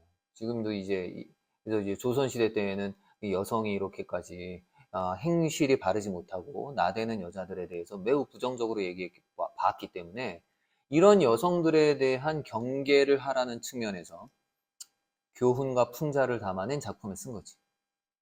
이게 작자 이상인 이유는 분명히 내가 볼 때는 같은 여자가 썼다고 봐요. 여자가. 이제 이런 여자는 안 좋다. 보통 이제 엄마들이 딸내미 가르칠 때, 이해가 가? 그럴 때 보통 이렇게 글을 썼다. 이렇게 보시면 되겠습니다. 자, 들어가 보자. 용부가. 이런 게 이제 가사 문학이 발전하게 된 이후에 쓰여진 이제 조선 후기 이런 걸 이제 가사라고도 하지만 다른 표현으로는 잡가라고도 해요. 잡가, 잡스러운 여러 가지를 썼다. 자, 흉보기 싫다마는 저 부인의 모양 보소 했어. 보소, 동글뱅이. 말을 건네는 방식이지. 야, 얘들아, 저 여자 좀 봐. 이런 얘기야. 출가한 지 석 달 만에 시집살이 심하다고 친정에 편지해. 그래서 뭐 했어? 시집 흉도 허다하다. 허다하다는 건 뭐야? 졸라 많이 한다. 엄마, 너무 힘들어. 시부모님이 막 나 구박하고, 종들도 나 무시하고, 남편도 나 무시하고, 엄마 나 어쩜 좀. 이런 거죠. 요즘 같은 경우라면 뭐 당연한 얘기지만, 뭐 친정 엄마가 또 나대는 여자라면 당연히 뭐라고 할 텐데, 옛날 같으면 큰일 날 일이지. 이러면 안 된다 이거죠. 자, 그래서 그 흉보는 내용이 뒤에 나옵니다. 계엄스러운 시어머니, 암특할샤 시아버지, 야유대기 시누이와 엄숙대기 맞동서며, 이게 지금 뭐야? 열거, 대꾸지. 그렇지? 요악한 아우동서. 아우동서라는 게 그 아랫동서를 얘기하는 거야. 여우 같은 시한년. 시한년이 뭐야? 간사한. 너 이거 안 했어, 아직? 넘기지 말고. 했는데 기억이 안 나. 했다고? 나쁜 년. 웬수야. 첩을 얘기합니다. 음. 이게 그럼 재밌는 게, 그럼 이 여자는 첩은 아닌 거 아니야. 그렇지?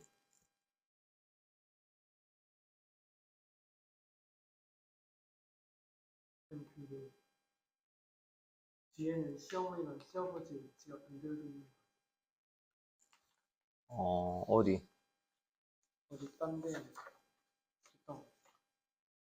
아, 멘트에서? 뒤에는 기영할사 시아버지 안상할사 시어머니 아, 사실 이게, 아니, 해석에 따라 달라지는 게 아니라 전승에 따라 달라지는 거야. 이런 것들은 대체로 주둥이에서 주둥이로 전승됐거든. 외우기가 쉽잖아. 그런데 외우다 보면 살짝 헷갈린 거지. 그럴 수 있잖아. 그렇지. 누가 누군지 헷갈리는 그런 경우. 그러니까 뭐 그런 거 갖고 뭐 너무 트집지 않으면 안 돼요. 어쨌거나 시댁 식구들을 지금 다 뭐 하고 있어? 욕하고 있는데, 대체로 야유대기는 또 뭐야? 야유대기. 야유라는 게 뭐야? 우 하는 거잖아. 그렇지. 맨날 이 시누이가 나만 보면 그 지랄하고 있다. 이런 얘기고. 그리고 엄숙대기. 엄숙대기는 또 뭐야? 검숙하다. 매우 근엄한 거야. 예를 들어서 동서는 뭔지 알죠? 동서? 뒤질남북? 아, 남편의 어, 형의 부인을 얘기해. 남편의 형의 부인. 형식이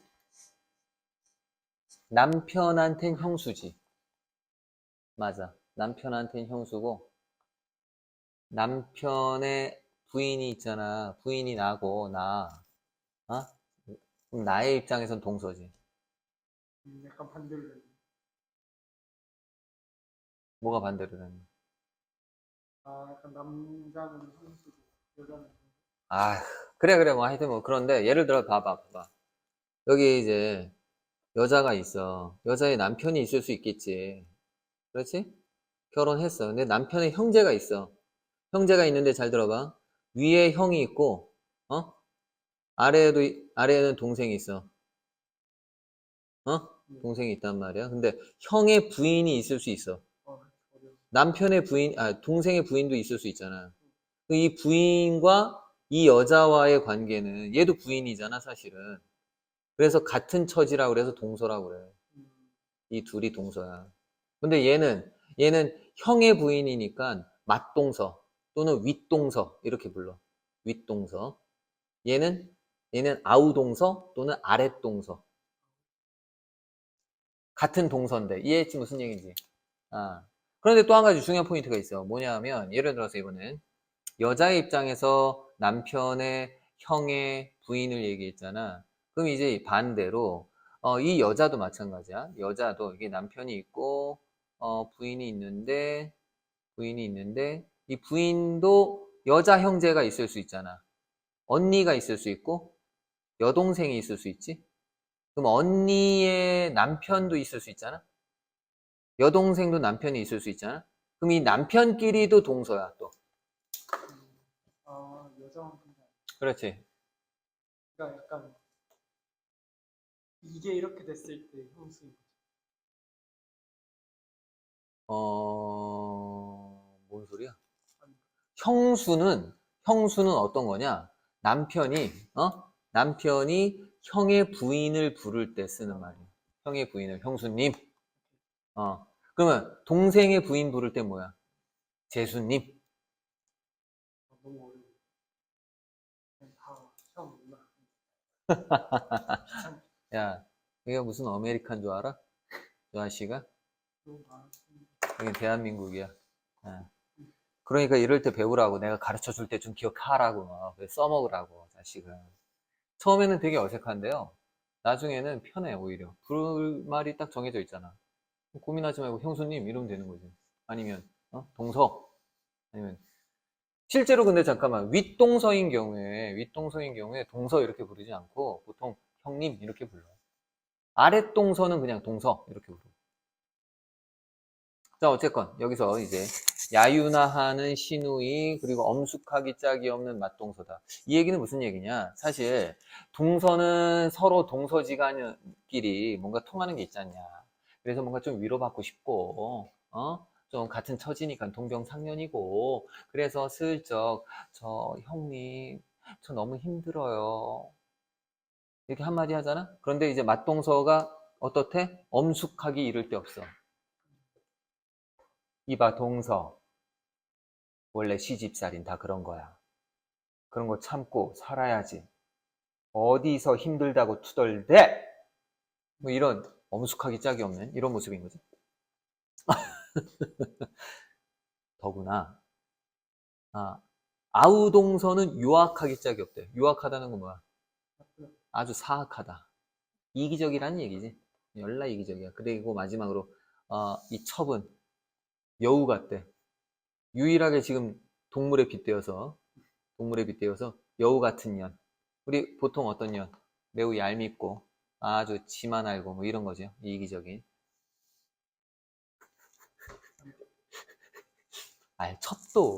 첩 나름대로 살아야 되지 않겠습니까? 안 그래요? 그러니까 더욱더 좀 여우 같은 짓을 어떤 짓을 할까? 여우 같은 짓. 어? 대표적으로 애교를 떠는 거죠. 이쁜 짓 하는 거야. 이해가 가? 이쁜 짓. 뭐 예를 들어 시아버지나 시어머니나 아니면 남편한테 온갖 이쁜 짓을 하는 거지. 그럼 당연한 얘기지만 본부인의 입장에서는 얄미워, 나쁜 년, 뭐 이렇게 되는 거지. 이해가 가? 질투의 대상. 이해했지? 그 여우 같은 시아년 벌써 딱 그 첩에 대한 부정적인 표현이고 그리고 또 질투의 대상이 된다. 거세도다 남녀노복 들며나며 흥구덕에 했는데 거세도다 남녀노복 여복 도치법 남여들며 흠구덕이 뭐야? 한마디로 뒷담화를 깐다. 뭐 또 구덕 얘기하는 거야? 뒷담화야? 이런 거지. 에휴, 우리 집 뭐야, 둘째 마님. 에휴, 어쩜 그렇게 무식하고, 에휴, 멍청해. 에휴, 이런 거지. 그 다음에 여기저기 사설이요. 구석구석 모함이라. 대꾸법. 남편이나 믿었더니 시뻘지목 되었으라. 이것도 이제 남편을 시뻘지목에다가 표현하고 있는데, 남편에 대한 원망을 비유적으로 표현한 거지. 저거 빨리. 남편에 대한 원망은. 이 정도 알아? 시뻘지목이 뭐야? 시뻘지복 10번을 쳐 내려갔더니 부서졌다. 넘어간 나무. 10번 찍어 넘어간 나무. 이게 무슨 말이야? 약간 그거지. 그런 비유. 그러니까는 무슨 얘기냐? 그 신혼 초에는 처음엔 그래도 누구 편 들어줬어? 남편이 편 들어줬는데 남편이 그래 자기 편 들어준 거야. 하도 욕을 먹으니까 그렇지. 모르겠다. 그렇지. 바로 그런 거지. 야, 내가 너 카바 쳐주는 것도 한두 번이지. 이제 좀 제대로 좀 해봐 좀. 뭐 이렇게 되는 거야? 선생님이 이재명한테 곧 하게 될 진짜 아픈데. 시뻘지복.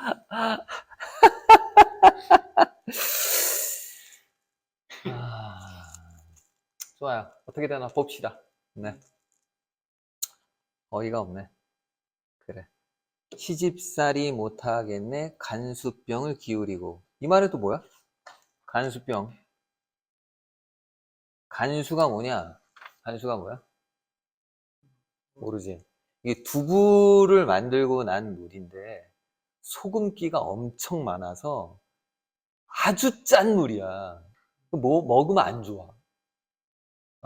거의 뭐 죽을 때 먹는. 근데 여기서도 이 간수병을 먹는다는 건 죽으려고 막 시도한다는, 자살 시도한다는 뜻이야. 나 못 살아! 하면서. 도치법. 그리고 사실상, 지금 행위를 통해서 지금 이제 시집살이 어려움을 이제 자기 딴에는 토로하고 있는 거야.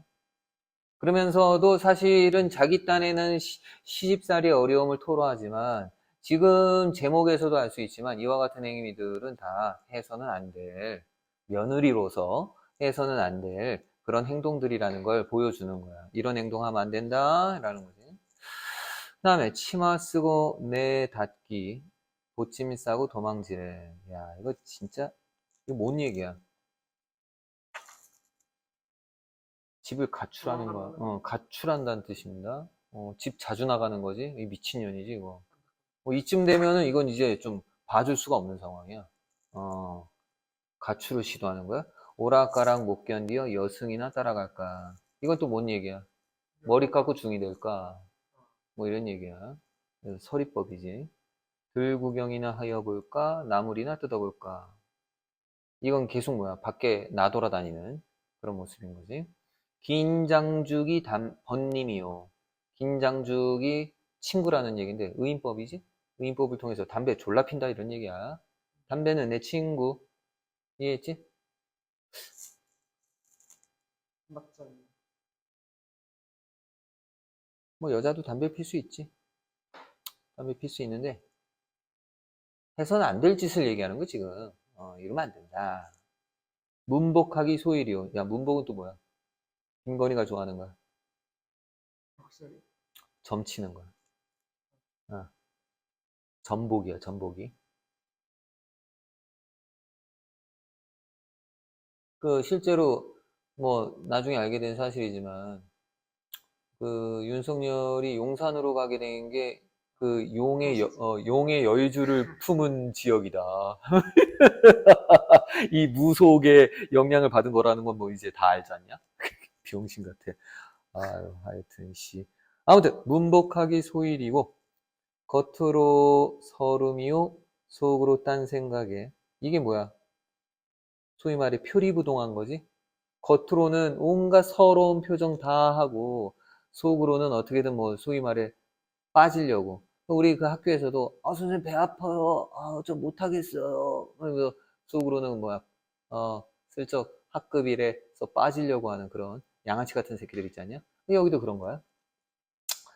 반분대로 이를 삼고 털뽑기가 세월이라. 반분대가 뭐냐? 소위 말해 뭐야? 칠하는 그 화장대를 얘기하는 거야.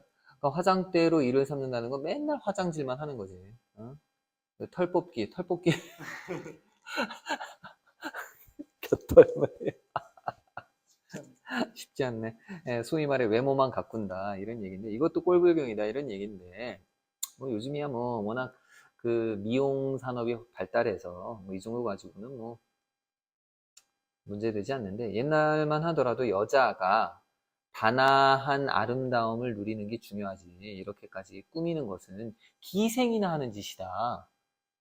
이렇게 인식이 강했어요. 그러니까 이런 화장하거나 털 뽑는 행동들이 모두 다 좀 부정적인 인식을 심어줬다. 뭐 근데 솔직히 제가 봐도 한편으로는 지나치게 떡칠하는 화장 이건 좀 아닌 것 같아요. 그래 아무튼 넘어갑시다. 시부모가 걱정하면 말대답을 풍덩풍덩. 풍덩풍덩 음성상징어 드디어 나왔네요.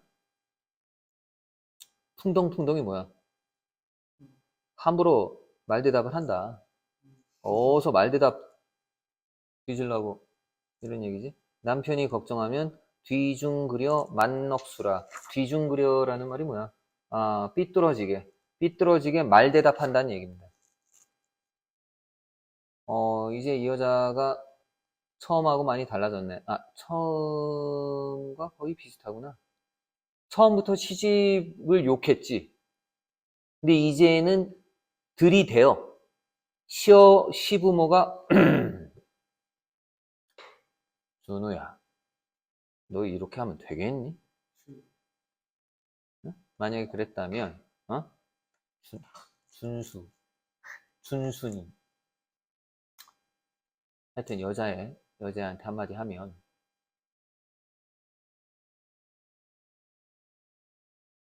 보통 일반적으로 이렇게 말대답하는 애들의 논리가 뭐야?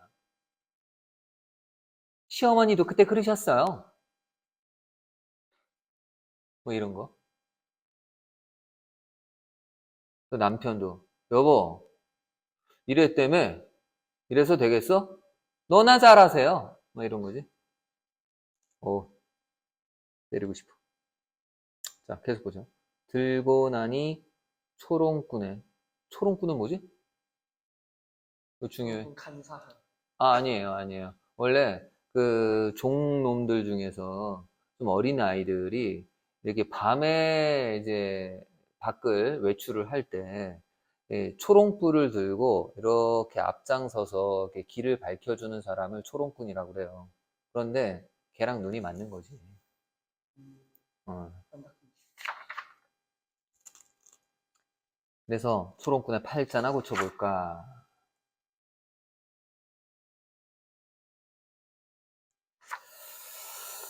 양반자랑 모두 하여 색주가나 하여 볼까? 아, 이것도 색주가 벌써 술집 얘기하는 거야? 이 여자 지금 막 나가네요? 술집까지 가네? 지금 다 서리적 표현, 대구법. 남대문 밖 뺑덕어미 천성이 그러한가? 이번에는 뺑덕어미 저 부인, 여기 저 부인하고 뺑덕어미 다른 여자야? 그러니까 여기까지 지금 제가 하여 볼까까지가 보면 저 부인의 행실을 열거해서 소위 말해 비판하고 있다. 잘못된 행실에 대해서 비판하고 있다. 이렇게 보면 되겠고. 자, 이번엔 두 번째로 남대문 밖에 뺑덕어미야. 천성이 그러한가? 배워서 저러한가? 본데 없이 자랐구나. 야, 천성이 그러하다면은 이제 원시적인 불능 상태. 배워서 저러한가? 이건 부발적인 불능 상태. 저게 원래 저래? 배운 게 없어서 저래? 뭐 이런 거야? 본데 없이 자랐구나. 자, 여기서 자랐구나. 영탄법. 딱 봐도 이제 비판적 태도. 자, 이번엔 어떤 여자의 모습이냐. 여기저기 무릎 맞춤. 싸움질로 세월이요. 무릎을 맞춘다는 게 무슨 얘기냐. 소위 말해 맨날 치고받고 싸운다는 얘기야. 쉽게 말하면. 싸움질로 세월이다. 나가면은 말전주요, 들면은 음식공론. 말전주는 또 뭐야? 말전주라는 게 원래 그 전주가 이제 돈을 갖고 있는 사람을 얘기하는데 말전주라면 말을 갖고 있는 사람이다. 그러니까 말이 많은 사람을 얘기하는 거야. 여기서 이제 말이 많다는 얘기는 무슨 얘기일까요? 이 사람한테 이 얘기하고 저 사람한테 저 얘기하고 막 서로 막 이제 이간질 시키고 말 많고 뭐 이런 사람을 얘기하는 거야. 이해가 가? 너가 말전주 아니야? 말 많은 편 아니야? 아니, 여기 와서 나한테만 말이 많은 건가? 그건 아닌 거.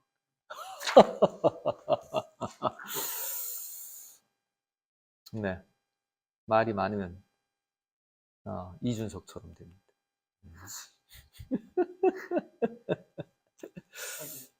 정영실 말.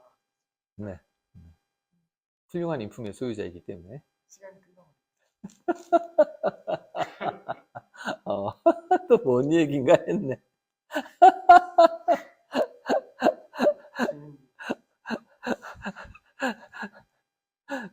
웃긴다. 그러면 일단 밖에 나가면 여기저기 이간질이나 하고 말이나 떠들어대면서 들어오면 음식 공론이라는 거야. 음식 공론이라는 건 음식 타박하는 거야, 또. 이해가 가지. 이거 맛이 왜 이래? 막 하면서 막 투덜투덜 된다는 얘기예요. 그래서 제 조상은 젖혀놓고 불공하기 위협이라. 이 얘기는 무슨 얘기냐면, 그 조상에 대한 제사는 소홀히 하면서 불공이 왜 여기서 말하는 불공이 뭐냐? 그게 사실은 약간의 기복인 거야. 잘 되게 해주세요 하는 그런.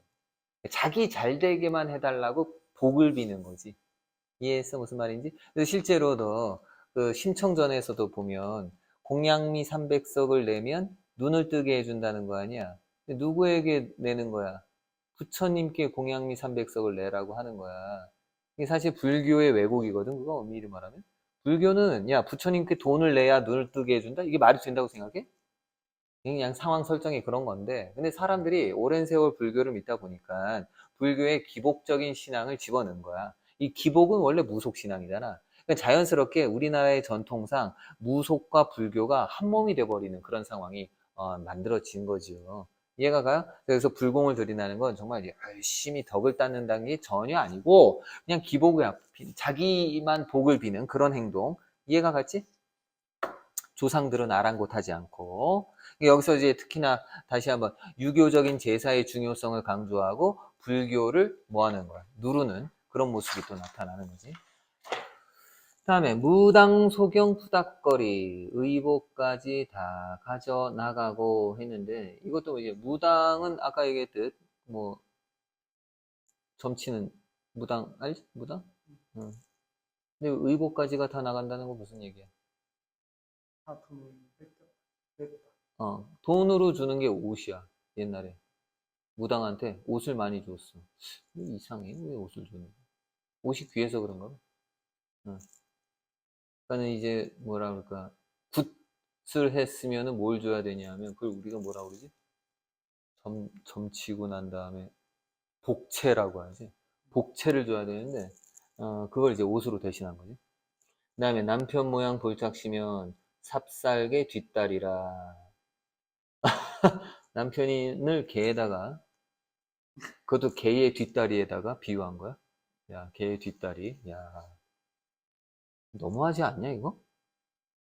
너희 엄마가 당신의 남편을 밖에 나가서 아유 우리 그 양반 삽살이 뒷다리만 해 아유 내 진짜 그냥 이러면 아유 사실 근데 이게 왜 중요하냐 하면 말이야 잘 들어봐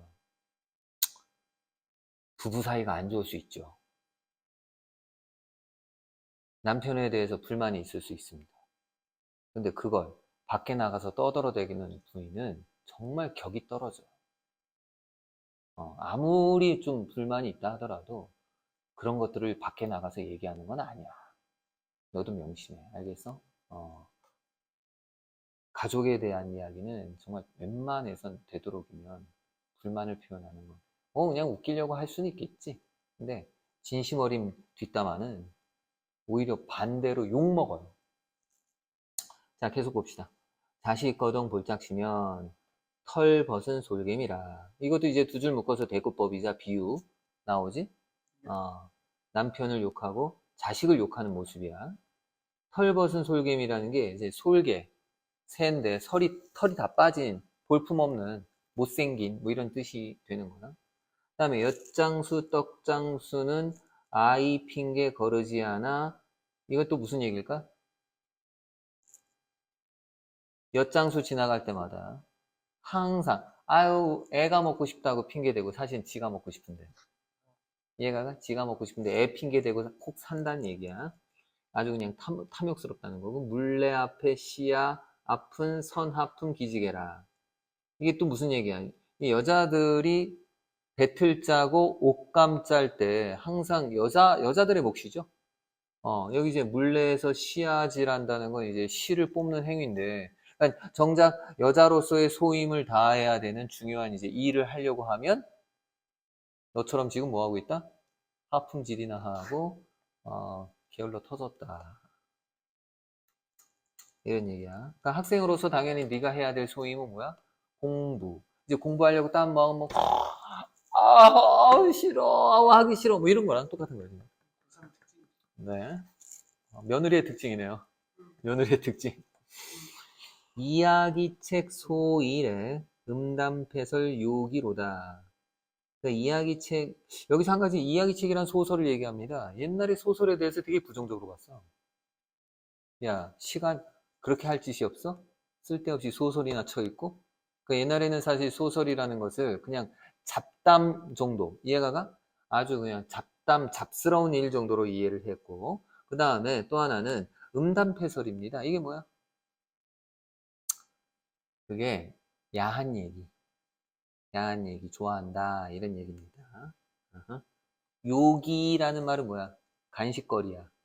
이것도 비유적인 표현이야. 음담패설이 마치 간식거리처럼 그렇게 아주 자주, 음담패설을 즐긴다는 뜻입니다.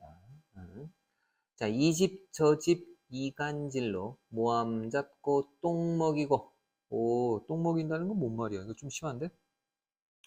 꾀로 남을 못된 구렁에 들게 하고 어, 사실 똥 먹인다는 게 일종의 무슨 표현이냐면 대유적 표현이에요. 남을 아주 그냥 연매기는 그런 행동이죠. 인물 초인 떨려나기 폐 쪼박이 되겠구나. 여기도 이제 못 알아듣는 말들은 밑에 보면 되겠어요. 인물 초인 떨려나기는 무슨 뜻이야? 외간 남자 끌어들였다가 쫓겨나기. 아, 미친. 폐 쪼박이 되겠구나. 이건 뭐야? 아, 거지꼴이 되었다. 아, 초인 떨려나기.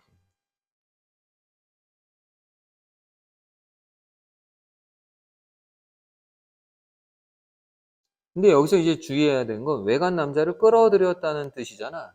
그러니까 외간 남자랑 어떤 정분이 났다, 잠자리를 가졌다는 뜻은 아니고, 그러니까 이제 여기서 중요한 포인트는 아, 남녀가 뭐 해야 돼? 철저하게 내외를 지켜야 되는데 남녀 내외를 지키지 않는다는 겁니다. 그러니까 유교적인 풍습으로 봤을 때 되게 천박한 여자다. 남녀를 구분하지 않는다. 이런 의미로 이해를 하면 되겠고 이러다 보니 뭐 당연한 얘기지만 쪽박 차고 거짓골이 되겠구나 이런 얘기죠. 세간은 줄어지고 걱정만 늘어가네. 치마는 짧아가고 허리통이 길어간다 했는데 이것도 무슨 얘기지? 하지만 유흥. 치마가 짧아지는 거. 사실 치마가 짧아지면 당연한 얘기지만 유혹하는 거 아니야? 그 시대에 그런 게 있어. 어, 있었겠지. 뭐. 아까도 음담패설 좋아한다고 그랬잖아. 남자를 좋아하네? 아무래도 남자를 좋아하잖아. 아, 아마 그걸 연상시키는 것 같아, 내가 볼 때는. 음. 그래서 일부러 이거는 뜻을 없어요. 뜻이 없어. 밑에 뜻이 없어. 일부러 뺀 것 같아. 근데 내가 볼 때는 당연한 얘기지만 치마 폭이 짧아지는 것은 뭐 유혹하는 그런 모습으로 이해할 수 있어요. 그 다음에 총 없는 헌 집신에 어린 자식 들쳐 업고 혼인 장사 집집마다 음식 주심 일을 삼아 거지 같은 행동을 하는 거지. 꾼 양식 거울러라 한번 곡회하여 보자. 거울러라라는 말이 이제 음식을 구워왔을 경우에 이게 다 바닥날 경우에 를 얘기하는 거고 그런데도 불구하고 곡회 얘는 뭐 하고 있어? 술이나 퍼먹고 있어 친구들끼리. 아이 싸움 어른 싸움 가부지죄 매마치고 아유 하여 보자는 밑줄 봐봐 이거 중요해. 이거 어떤 어조야 이거 청유형 청유형. 근데 이 청유형이 권유의 의미가 아니라 행태를 고발하는 의미야. 어? 이해했지? 그 뺑덕어미의 행태를 고발하고자 하는 그런 의도가 강하다. 공연히 성을 내어 무죄한 자식치기 씨앗을 남을 주고 중매압이 원망이라. 여기서 씨앗 밑줄 거 씨앗 씨 뭐라고? 그 씨앗년 그 첩이야 첩.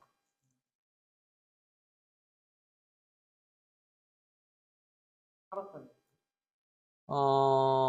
문맥적으로 보면 중매아비는 뭐냐면 그 결혼할 때 중매쟁이 결혼을 이어주는 사람 이해가 가지?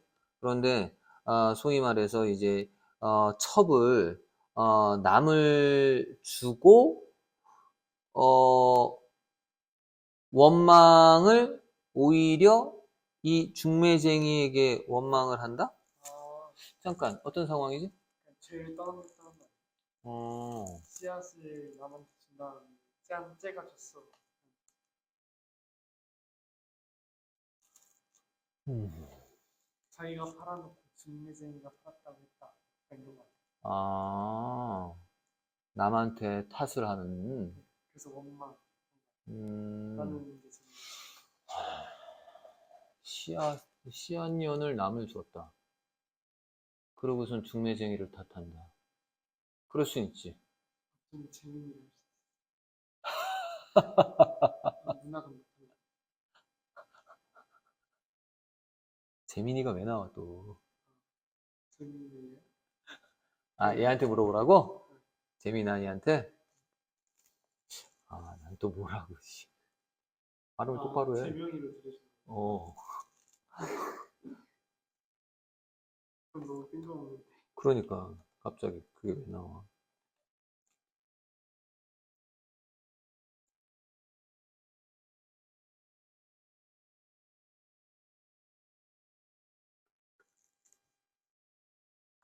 전혀 답을 못할 것 같은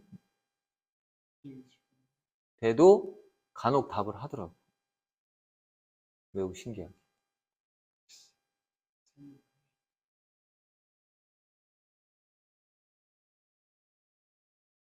근데 우리가 이렇게 의미를 깊게 들어가 봤자 의미가 없긴 해. 안 나와, 시험에.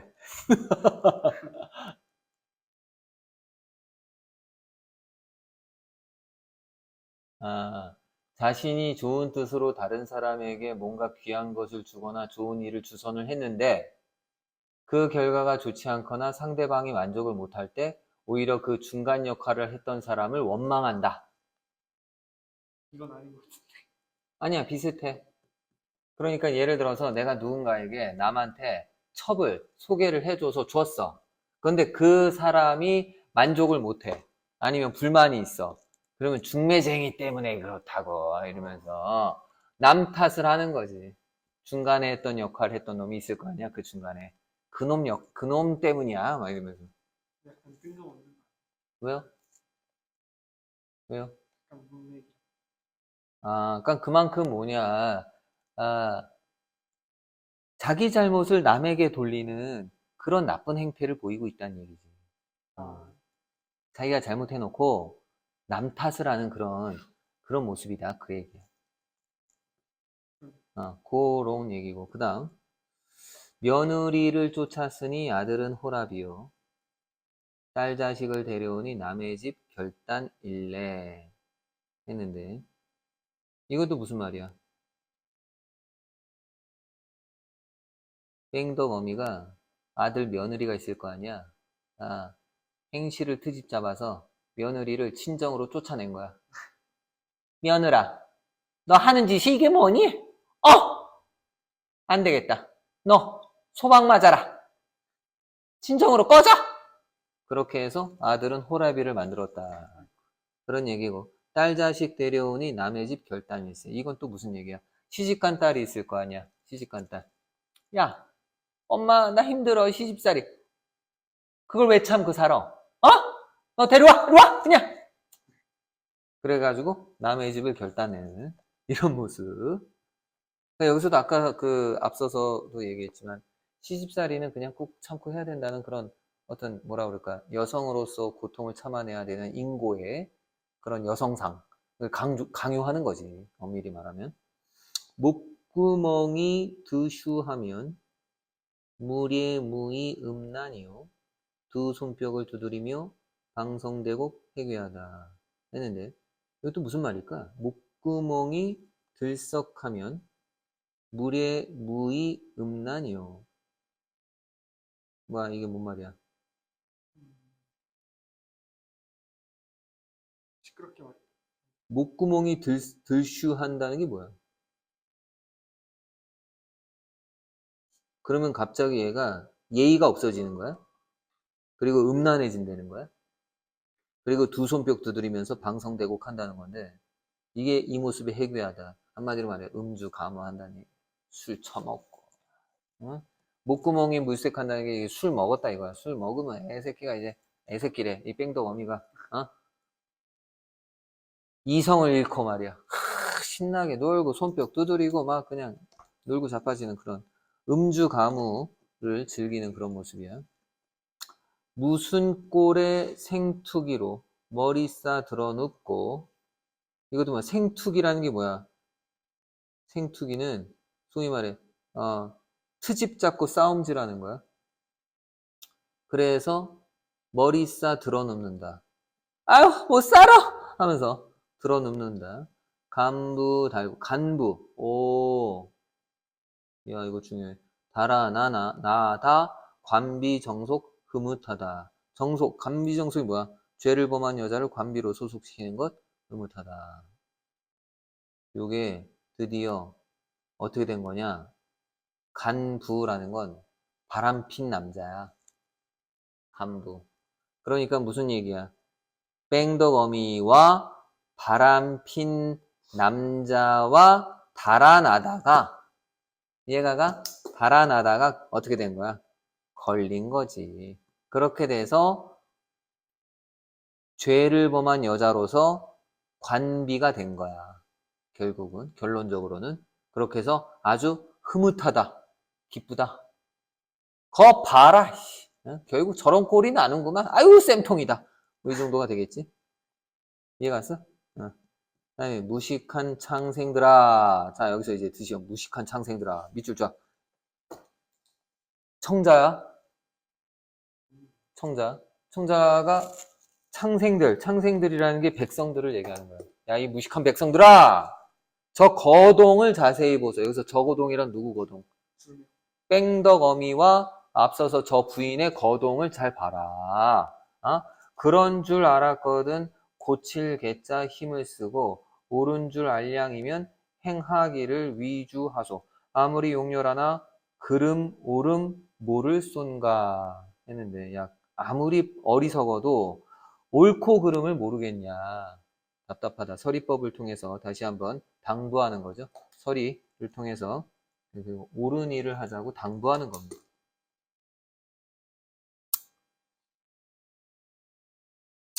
뭐 사실 내용이 그러니까 어휘가 지금 우리가 쓰는 어휘가 아닐 뿐 너무 교훈적이고 쉬워요. 어렵진 않아요. 그러니까 어휘만 정확하게 잘 보고 해석할 줄만 알면 용부가는 그렇게 문맥적으로 어렵지 않다. 이렇게 봐요. 옆에 그 45쪽 푸른 국어 45쪽 보시면 표현상 특징.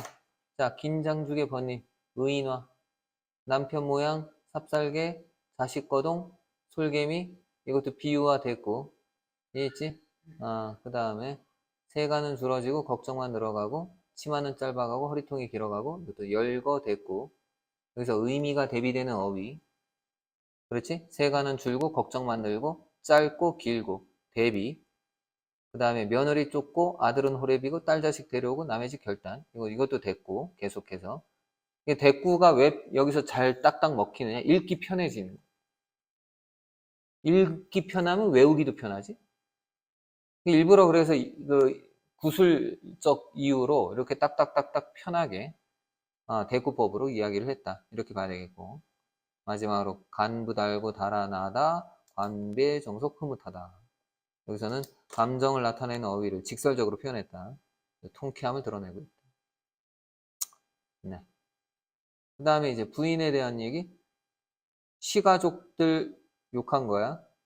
뭐 이건 뭐 그렇고 유학한 아우동서 여우 같은 시한년 여기 나이 어린 아우동서와 남편의 첩을 모두 간사하다고 말했고 그다음에 거세도다 남녀노복 들면하며 흥구덕 집안의 종들 욕했고 남편 믿었더니 시벌지목됐다 남편까지 욕했고 그러니까 온 가족을 다 욕한 거죠. 이게 편지 내용이라는 거야. 오케이 됐어. 오케이 일단 오늘은 여기까지인데 다시 그 용부가 단권화는 그럼 어떻게 하면 좋을까? 저는 용부가는 다 써버렸어요. 잘했어. 그래서 현대어 풀이를 다 좀 최대한 현대어 풀이가 중요해. 해석할 수 있어야 돼. 이 대목이 어떤 문맥이냐? 근데 아, 문제가 이거 하나를 다 써버리니까 시간이 너무 많았어요. 정원 얘기가 있습니다. 단권하는 게 너무 오래 걸려요. 방법을 찾아야 될 것 같아요. 왜냐하면 아니 그러니까 내 말은 원문은 쓰지 않아도 되고 아예 차라리 현대어 풀이를 써. 현대어 풀이를. 현대어 풀이는 써도 돼. 알겠지? 응. 오케이 시간이 오늘 딱 됐네. 그러면 어디 보자. 오전 시각 7.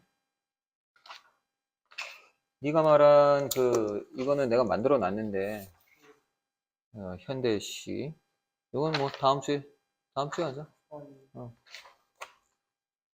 자 그러면 여기서 마무리하고 뭔가 되게 익숙한 문정희의 흙 뭔가 익숙한 흙이라는 음.